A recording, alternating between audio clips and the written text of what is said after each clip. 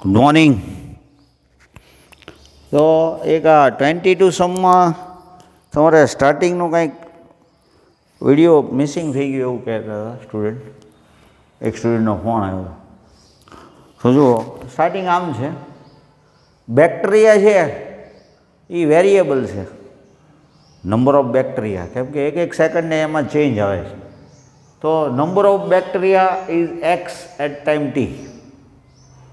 એક્સનો જે change of rate છે એને dx બાય dt કહેવાય. તમે કેમ એમ કહો change of rate of velocity is acceleration, dv by dt equal to acceleration એ d dt of X d dt Y. તો વાયનો change rate d dt of X, એટલે એક્સનો ચેન્જ રેટ છે એ નંબર ઓફ બેક્ટેરિયા ઉપર જ depend છે. ડિક્રીઝિંગમાં હોય તો માઇનસ કે એક્સ મૂકવાનું, ઇન્ક્રીઝિંગમાં હોય તો પ્લસ કે એક્સ. તો dx by X equal to K dt. તો dx by X equal to K T, બે side integration K T plus log C. તો log X equal to K T plus log C, એટલે log X minus log C, log X by C equal to K T, એટલે X by C equal to E raise to K T. બરાબર.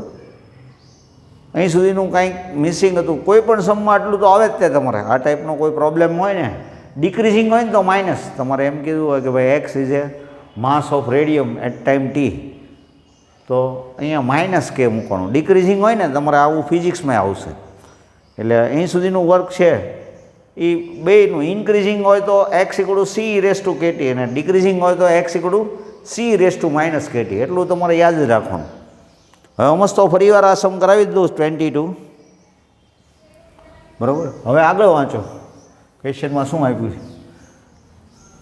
તો શું કીધું છે તમને એ લોકોએ, ભાઈ 2 અવર્સમાં ઇનિશિયલ વેન લેગ છે અને 2 અવર્સમાં 10% ઇન્ક્રીઝિંગ થાય છે.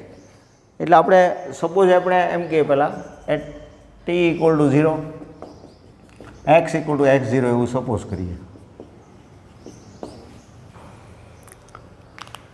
એનો મિનિંગ એવો થયો, આમાં આપણે મૂકીએ તો x equal two C race to K T, એટલે x 0 equal to C raise to 0. એનો meaning C equal to X 0. એટલે ફાઇનલ ઇક્વેશન શું આવ્યું તો કે x equal to X 0 E raise to K T. હવે સ્ટાર્ટિંગમાં 1 લાખ છે, 2 કલાકમાં 10% ઇન્ક્રીઝિંગ થાય. બરાબર.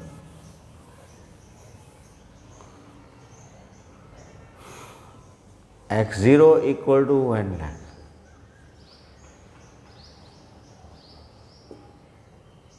બે ઓર x equal to x0 plus 10% into x0, એટલે 10% ઇન્ક્રીઝિંગ થાય છે. એનો મિનિંગ આપણે કેવું હોય તો x0 કોમન લઈએ તો 1 પ્લસ 1 બાય 10, એટલે 10 પ્લસ 1 11x0 બાય 10. x0ની વેલ્યુ તમે 1 લાખ મૂકી શકો. બરાબર. હવે શું ક્વેશ્ચન છે એનો,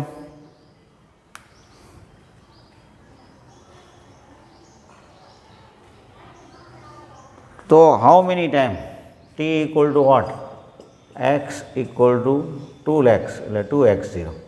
આનો મિનિંગ 2 lakhs. કેટલા ટાઈમિંગમાં થાય, તો એક્સની જગ્યાએ 2 lakhs મૂકી દઈએ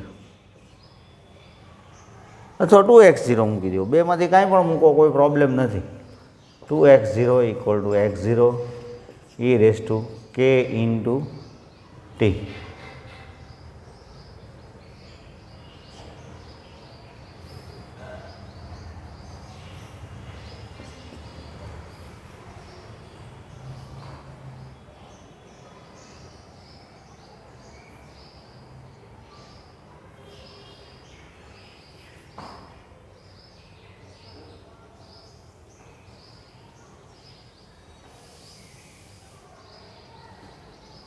પહેલાં આપણે આ મૂકવું પડશે.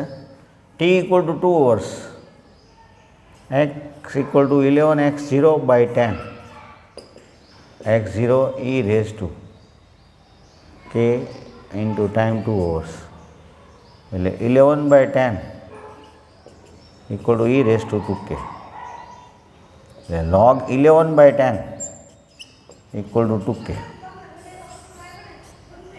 બરાબર. હા પહેલાં આપણે આનો યુઝ કરીને કે ટી ઇક્વલ ટુ 2 વર્ષ ત્યારે x0 equal to 1 lakh 1 lakh x0 મૂકીએ કાંઈ આમ x0 કટ જ થઈ જાય છે. બરાબર. હવે ક્વેશ્ચન શું છે એનો તો કે કયા ટાઈમિંગમાં કેટલા ટાઈમિંગમાં ડબલ થઈ જાય. Time is what x equal to 2x0 means 2 lakh. x equal to x0 e raise to kt xની જગ્યાએ 2x0 x0 e raise to k into T તો k ઇન્ટુ ટી તો x0 કટ થઈ જાય log 2 base e equal to e raise to kt log e raise to kt.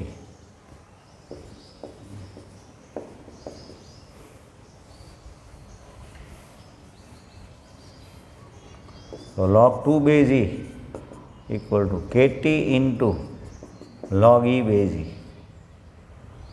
k ની value શું મૂકી કહે તો કે 1/2 log 11/10 into t.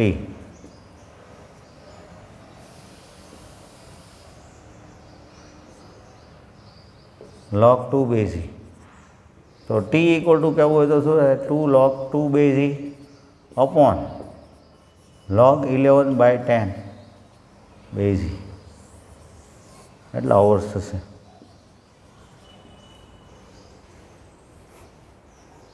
બરાબર. એટલા કલાકમાં 2x0 ડબલ 1 લાખના 2 લાખ થતાં કેટલો ટાઈમ લાગશે તો કેટલી કલાક. બરાબર. એક 19 ડાઉટ હતો તો 19 ક્વેશ્ચનમાં એકવાર બરાબર રીડ કરો, પહેલાં સમજી લ્યો. એ ખુગામાં તમે હવા ભરો એટલે વોલ્યુમ ઇન્ક્રીઝ થાય. તો વોલ્યુમનું ઇન્ક્રીઝિંગ એટલે શું કહેવાનું D DT of V. V for volume. V is volume of sphere. બલૂનનું વોલ્યુમ એટલે 4/3 પાય r ક્યુબ. તો ડીવી/ડીટી આનું ડિફરન્શિએશન કરશો તો શું થાય તો કે 4/3 પાય r ક્યુબનું 3r² into dr/dt. It is constant is given. એણે એમ કીધું કોન્સ્ટન્ટ રેટથી ઇન્ક્રીઝ થાય તો ઇટ ઇઝ કોન્સ્ટન્ટ, કે ઇઝ કોન્સ્ટન્ટ. તો 4 પાય dv/dt મીન્સ 4 પાય r² dr/dt. તો dr/dt 4r² ઇન્ટુ 4 પાય r² dt